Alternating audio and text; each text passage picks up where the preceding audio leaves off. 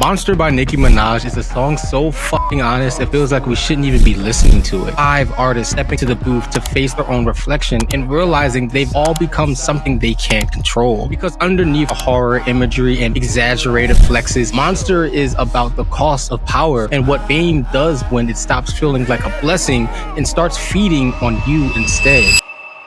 I'm Ausar Stephens, and you're watching Track 365 on Spacial. If there's ever a time to hit follow, it's right now. I want to take a couple seconds to say thank you for supporting the show. A lot of you have been asking for a way to listen to Track 365 as podcasts, so I started dropping the episodes on YouTube just for you guys. So if you ever want to throw it on like podcast or just let it run in the background, it's all there now. YouTube is actually where my content creator journey started, and my biggest goal has always been to hit 100,000 subscribers on YouTube. I'm sitting around 67K right now, so if you took a quick second to sub, honestly, it would mean the world. The song opens with Iver's voice stretched into this ghostly tone, and while he sings the intro, his voice also doubles as a bridge, because right before this track on My Beautiful Dark Twisted Fantasy is the song Flashing Lights, a song about the temptation that comes with fame and being seen by everyone. So when Monster starts, it's the next scene in the movie. The lights from Flashing Lights fade, and we hear this voice rise from the dark that represents Kanye's transition from the public to the version of himself that he calls the Monster. That first line is him literally shooting out the spotlight and killing the performance of his celebrity image so we can finally see what's underneath. I love this line because he says he's hiding till it's bright out, which flips the whole monster archetype. Monsters hide from the light and they wait for the dark to hunt. Kanye is the opposite. He hides until it's bright, only coming alive when the world is watching. There's a sudden drop in energy because the lights go out and what's left is silence. And what's interesting is that even in a song about ego and grandeur, there's still this undertone of emptiness, almost like the cost of being larger than life is being completely alone in it. And right before the chaos starts, this question is hanging in the air. Are you willing to sacrifice your life? And nothing about that feels like an invitation. Like, it kind of feels more like a warning, if anything. Like asking, are you sure you want to live in this world of monsters? Or more accurately, the ruthless artists with these myth-sized egos? Because something has to be sacrificed. And in that exact moment of silence after the question's been asked, Rick Ross enters almost like the gatekeeper, ushering us into the darker side of this album.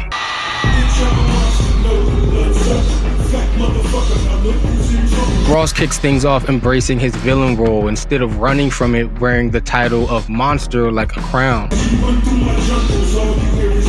The rumbles reference the 1974 Rumble in a Jungle fight between Muhammad Ali and George Foreman as a warning that anyone who steps into his territory is going to get knocked out.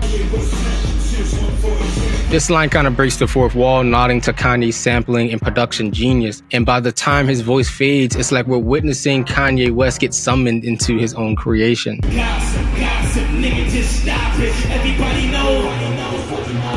I'ma need to see your fucking hands at the concert. I'ma need to see your fucking hands at the concert. In the years before the album, the media painted Kanye as everything from arrogant to unhinged after his George Bush comment and Taylor Swift interruption. So when he says, gossip, just stop it, he's saying, I already know what you think I am. Y'all are late. And he does this as a way to own his narrative before anyone else gets a chance to weaponize it against him. The best living or dead hands down, huh? Let's talk more here right now, huh? And my eyes more red than the devil is. And I'm about to take it to another level, bitch. Kanye opens the verse with this like 100% Colombian grade arrogance, calling himself both the champion and the threat as he calls on the devil, his power, the chaos that surrounds him. And when he says, my eyes more red than the devil is, I think that single line represents his descent into the dark side. Who you going get? Ain't nobody cold as this. Do the rap and the track, triple double, no assist. This line is just a flex about being able to do everything expressing in his music by himself, but also speaks to that reoccurring theme of being alone in his genius.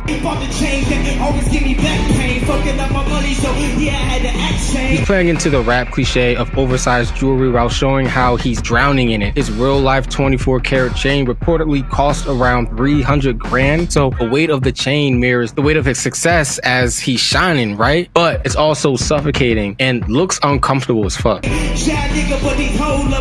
I like this line because he bends the word shy as a double entendre for Chicago and also a joke about him being like shy. Have you ever had sex with a pharaoh? Towards the end of his verse, Kanye's imagery gets wild, mixing ancient Egypt, sex, and resurrection like he's rewriting sculpture in real time. It's blasphemous, funny, and unsettling all at once. Literally peak Kanye in my opinion. The pharaoh's reference turns domination into divinity, and the sarcophagus bar ties it together perfectly, saying his power is so intense it borders on death, which is a reminder that worship and destruction are only a heartbeat apart.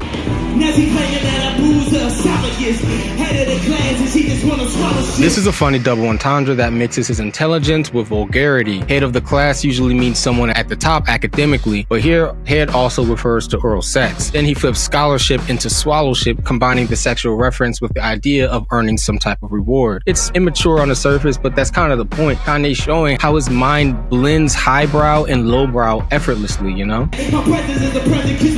This is one of Kanye's most quotable lines of his career. My presence is a present flips his raging arrogance into art, saying his mere existence is the gift. Kanye's verse started as a transformation and ended as acceptance because the monster isn't something he became, as he was always a monster. Only difference now is that he's finally owning it. Nigga, just stop it. Everybody knows I'm a motherfucking monster. I'ma need to see your fucking hands in the concert. I'ma need to see your fucking hands. I'm gonna lie to y'all, I personally think Jay-Z's verse is the weakest on this track, but for the sake of the narrative, I'll analyze it, because if Ross summoned the monster and Kanye embodied the monster, then Jay steps in as the one who's lived with it, as his verse is used to explain what it's like to have survived being the monster.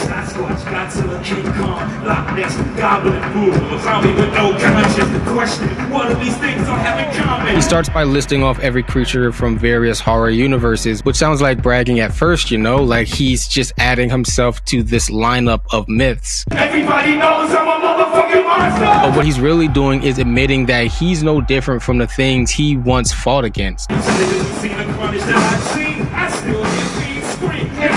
So obviously he's referring to street violence, the drug game, and everything that shaped his early story on the surface. But underneath that, he's also talking about what power and success do to a person over time. So the word carnage is used as a placeholder for his emotional record he's adored over time, which is why he still hears screams in his dreams. Everybody wanna know what my Achilles heel is. Love! I don't get enough of it. Jay references Achilles, a warrior who couldn't survive anything but the one soft spot on his heel that made him human. For Jay, that weakness is his heart. So what makes this tragic is that his environment around him preys on it, which he speaks about in the next verse. All I get is these vampires and bloodsuckers. All I get is these niggas are made millionaires, milling about, spilling their feelings in the air. Jay has found himself surrounded by people feeding off his empathy, loyalty, and trust. So every time he tries to connect, something bites back, and by exhausting his capacity to care, his weakness gets weaponized. That's why when he talks about the millionaires he created turning ungrateful, he speaks about it like it's heartbreak, because the same monsters he built became the same monsters to feed off of him. So anyways, the next verse is from Nicki Minaj, who completely steals the show. And if we're going to continue the imagery I've been using for this analysis, Ross summoned the monster, Kanye became it, Jay-Z survived it, and now Nicki, she completely hijacks and dominates it. At the time this song came out, Nicki Minaj was still considered a newcomer, but what she did here cemented her as a generational force, and many people consider this to be her best verse to this day. Monster automobile gangster with a bad bitch that came from Sri Lanka. Yeah, I'm in that Tonka color of Willy Wonka. Nicki opens her verse like she's kicking down the door, and you can hear how she's not only matching the energy of the verses before her, but also like rewriting the rules. Off rip, she makes the monster energy her own by opting to talk about how she pulls up in a monster truck. And the Sierra Linka and Willy Wonka lines add color, but they're also performance choices, because the way Nicki raps is like she's building her own cartoon world, one that's as surreal as Kanye's God complex, but just more fun and colorful. You could be the king. This line feels like she's fulfilling a prophecy. She says, "You could be the king, but watch the queen conquer." And she means it because the rest of Nicki's verse is her proving that bar by bar. First things first, I'll eat your brain. Then I'ma start rocking gold teeth and fangs. Cause that's what a motherfucking monster do. So after rejecting the monster metaphor earlier and saying, "Fuck that, I want to talk about monster trucks," she's like, "Fine, I'll play along and use the right monster metaphor," referencing zombies and vampires. When she says that's what a motherfucking monster do, it's Nicki officially joining the lineup. Hairdresser from Milan, that's the monster do.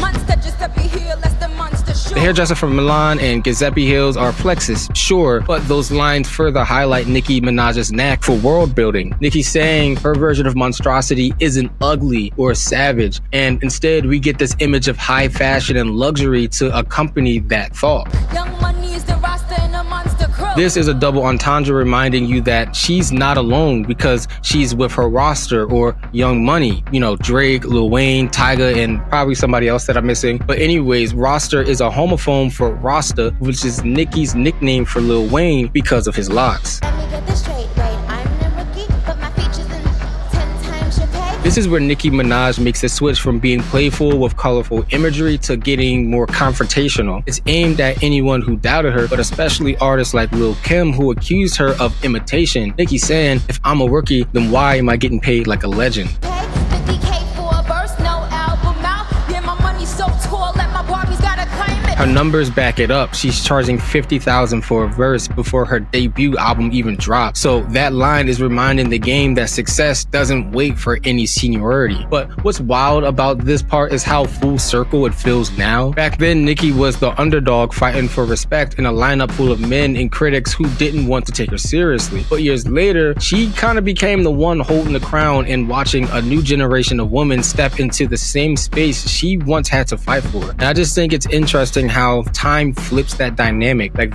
the very power that she demanded back then is now the power she protects today. And that's not even like a criticism. It's just proof that legacy changes how you move, which in a way ties back to what Hov was saying in his verse about what it means to survive being the monster and live long enough to become the one that's guarding the throne.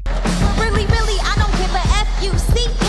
Forget Barbie, fuck Nicki, she's fake. She on a diet, but her pockets eating cheesecake. I love the way Nicki delivers these lines because she's so theatrical. It's like she's performing her own backlash in real time, but then she flips it, turning the insults into a flex. The cheese is money and the cake is success. So she implies she can stay polished and petite while her bank account does the heavy lifting. It's clever because it keeps her Barbie image intact while proving it's profitable by literally cashing checks that her critics damn near wrote for her. And I'll say, boy, the Chucky is child's play. Just 'cause another career, it's a mall day. Calling herself the bride of Chucky is genius. It's horror and humor all at the same time. She's embracing the chaos, but also in control of it. The line, "It's child play," is a double entendre referencing the Chucky movies, but also saying that ending careers for her is like effortless. Then she follows with "just killed another career, it's a mild day," which lands like a shrug because, like we said before, you know, domination for her is just casual. Besides, yeah, they can't stand besides me. I think me, you, and Am should Minaj. She name drops Kanye saying nobody else can stand besides her besides Ye. Then slips into double wordplay saying me, you, and Aim should Minaj Friday. She's folding a couple things into one line. Kanye's ex, Amber Rose, her debut album Pink Friday, and her own name Minaj from Menage a Trois. It's just another line that reminds you that she's world building because every name, pun, and tease connects back to the brand, image, and power of Nicki Minaj.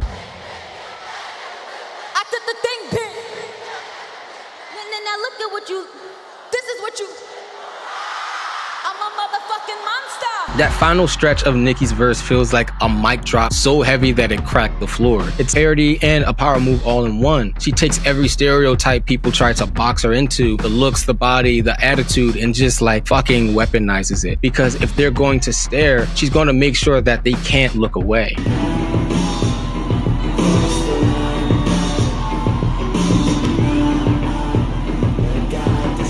After all the chaos, Bon Iver's voice returns, the same ghostly tone that opened the song, but now it sounds like he's singing to the wreckage.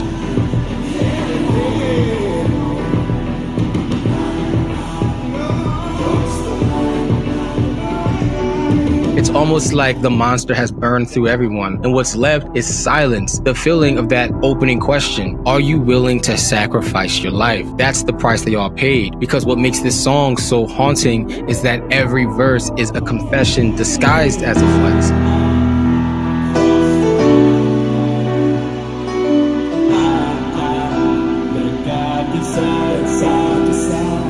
Ross traded his soul for status. Ye lost himself in the myth of his own creation. Jay learned that even monsters get lonely at the top. And Nicki, the only one who smiled through the blood, showed that to win in this world, you kind of have to become what you fear. But Bon Iver's voice at the end, it's like the sound of coming down, the lights flickering back on.